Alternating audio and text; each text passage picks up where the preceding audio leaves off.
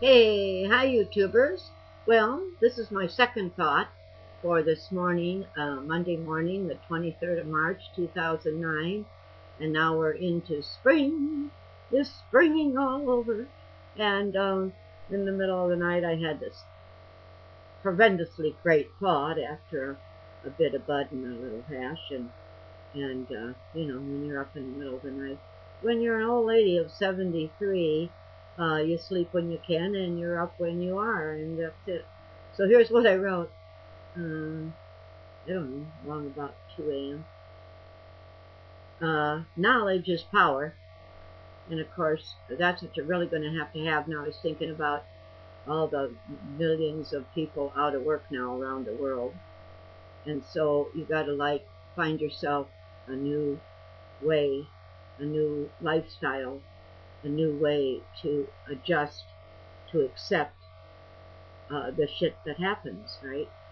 And so it still goes back to knowledge. What you know is what's going to get your bread and butter on your table. And so it's important that you know a lot of stuff. And that doesn't mean you have to go get a university degree.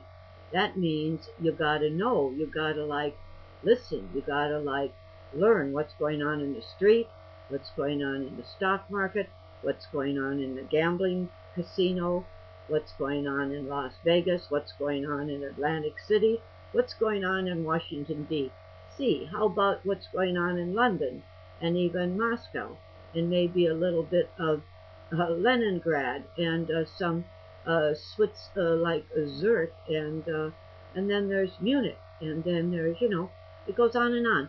So obviously, the first line of your future, pull yourself up and get yourself on with your life. And the only reason that I feel like I can talk about this is that I have been there where you are, out of work, no money, no roof over my head, 45 years old, and very embarrassed to be in such a predicament.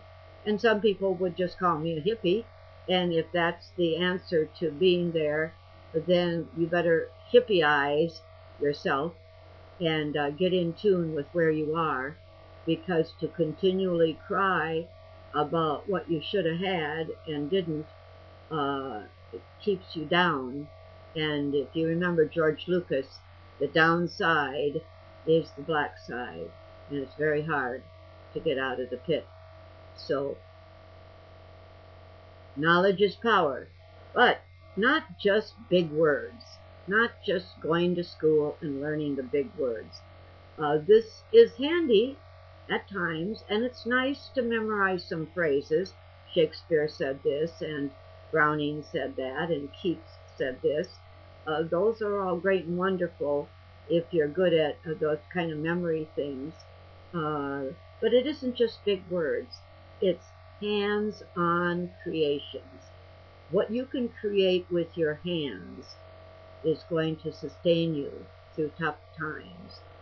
If you're the only one who can put in a window in Grandma's house and get it straight when she can't afford to call the carpenter, if you're the handyman who knows how to do that, you will have your bread and butter for supper. Well, the construction guy who wants $40 an hour and the carpenter who wants $30 an hour might not get to work today. But for the humble handyman who asks for $10 an hour, he'll get to eat today, because he isn't that greedy gut that had the union get him all this money and then put half of it in a pension plan that he put on the stock market and lost. What sense is that? Wouldn't it be easier to walk up to the homeowner and say, I can see that your mailbox is crooked here. Can I, dig you a better hole to fix your mailbox so it'll stand up to receive all that wonderful mail you're going to get come Christmas time? I mean, it's a bit of the snake oil salesman that you have to be, I agree, but that's where it's at in today's economy. You just have to not only have the knowledge for the power, but think smarter than the guy who used to get more money than you get, because you can humble yourself to taking less. And that's kind of what the Mexican workers coming into the United States to work, they were humbling themselves and willing to work cheaper than what the people in the United States were willing to work. It isn't that those people that own those crops can't get American, United States people to work those crops.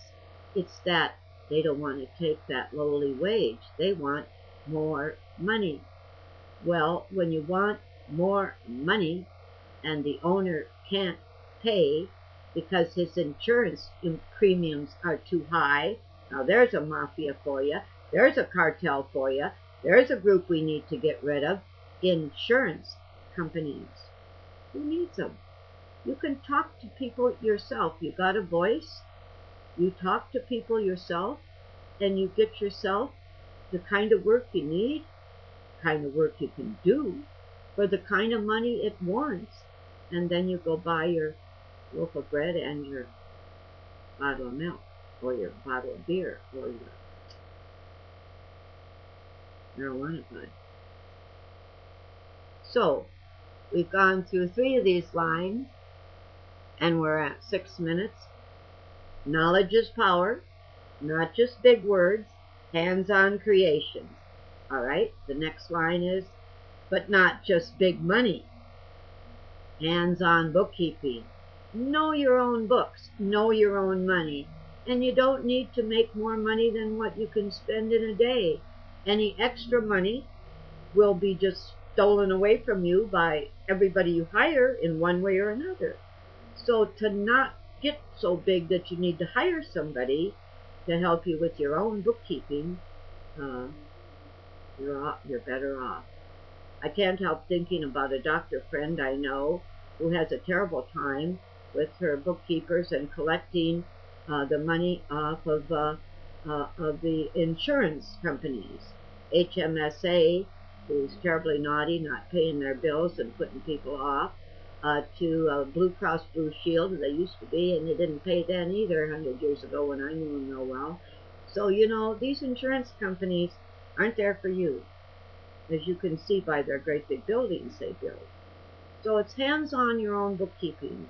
If you need to hire somebody else to do your books, you're getting too big. You should back up and talk to the people that you can make money with, from, to, and that owe you, right? Work it out. Take the bartering system. Take a chicken or an egg or a hen or a bunch of buds. But stay away from the cartels, the insurance companies, all of that good stuff. And my next line is, trying to get through this short little thing, not just stock market gambling. Now here's the thing. People have to realize that the stock market is gambling. If the pension company that you put your money with put it in the stock market, you were a fool to let them do it. That's when you should have walked in and said, give me my money.